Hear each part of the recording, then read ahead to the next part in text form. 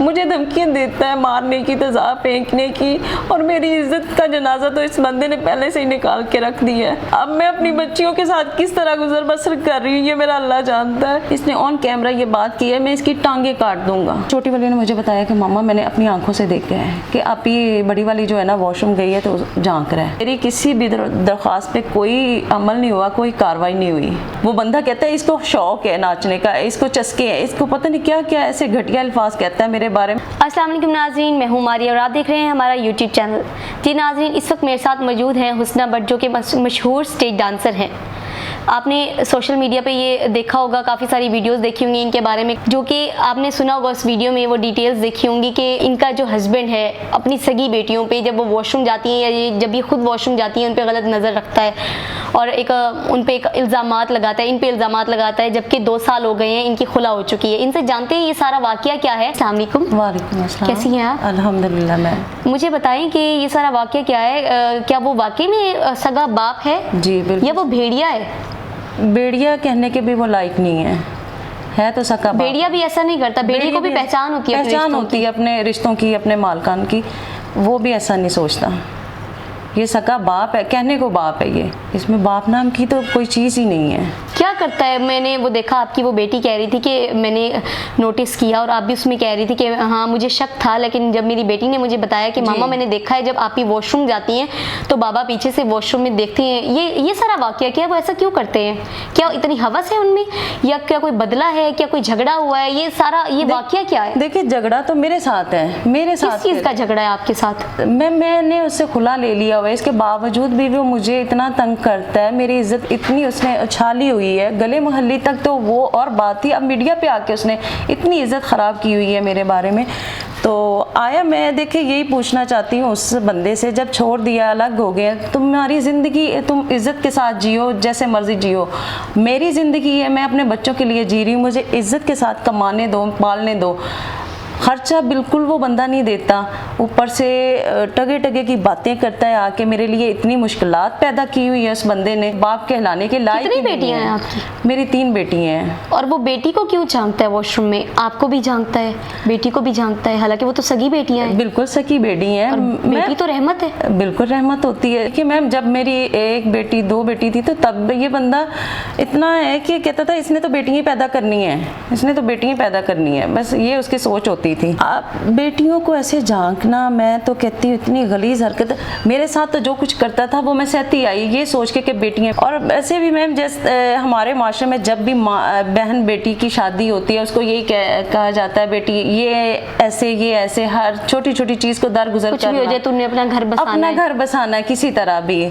और हमारे माशरे में ऐसे ही करती हैं, घर बसाते कब्र तक पहुँच जाती है, लेकिन फिर भी उनको वो इज्जत नहीं दी जाती। मैंने भी ऐसे ही किया कि बेटियों की खातिर ज़िंदगी तो इसके साथ गाल दी, लेकिन अब छोड़ने के बाद भी वो मेरी ज़िंदगी जो बाकी की है वो भी इसने इज्जत ख़राब कर दी हुई है।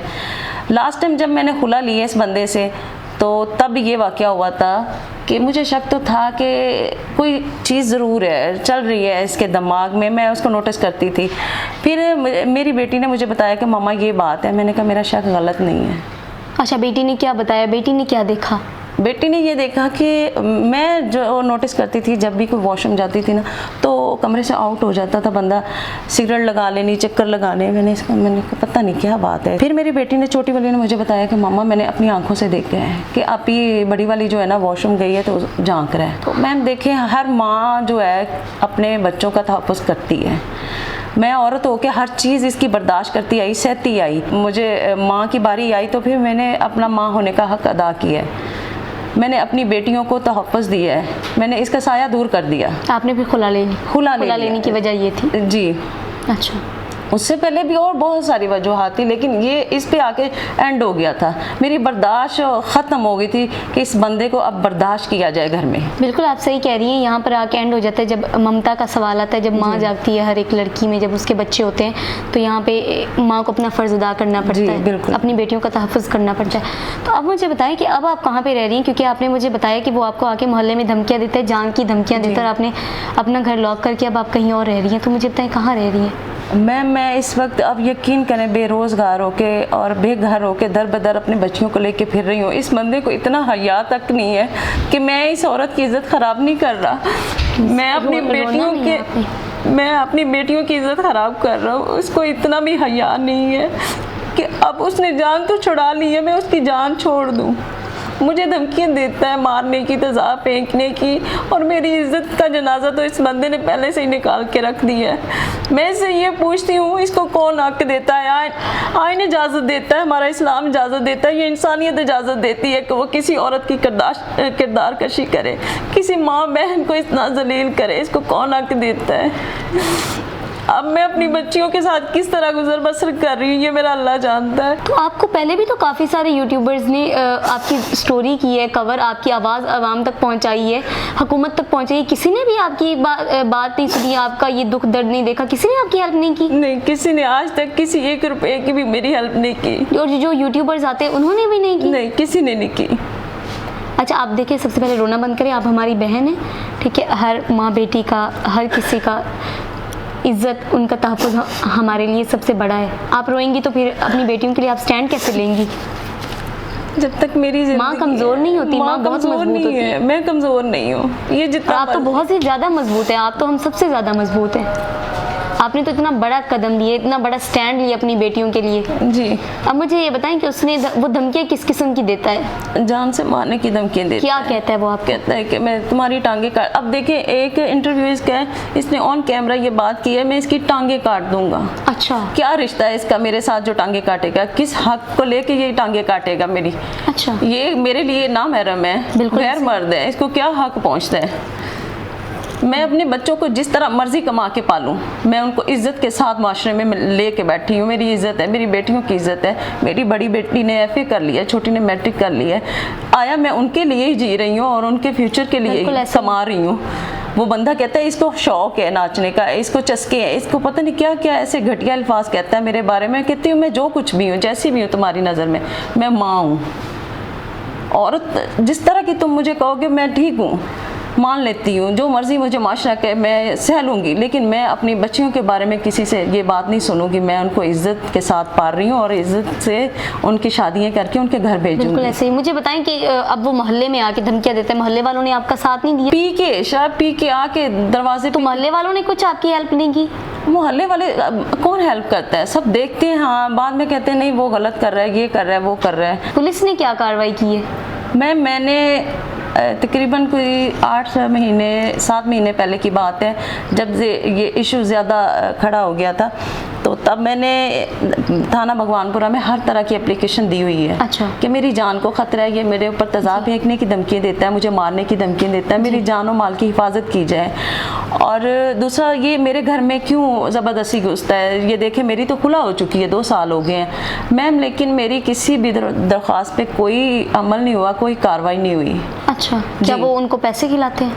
पैसे खिलाते हैं या फिर बड़ा जगह है गुंडागर्दी? तो इसने तो थाने में गुंडागर्दी शुरू कर दी। जब मुझे लास्ट टाइम बुलाया गया तो वहाँ पे अपने दोस्तों के साथ आया था।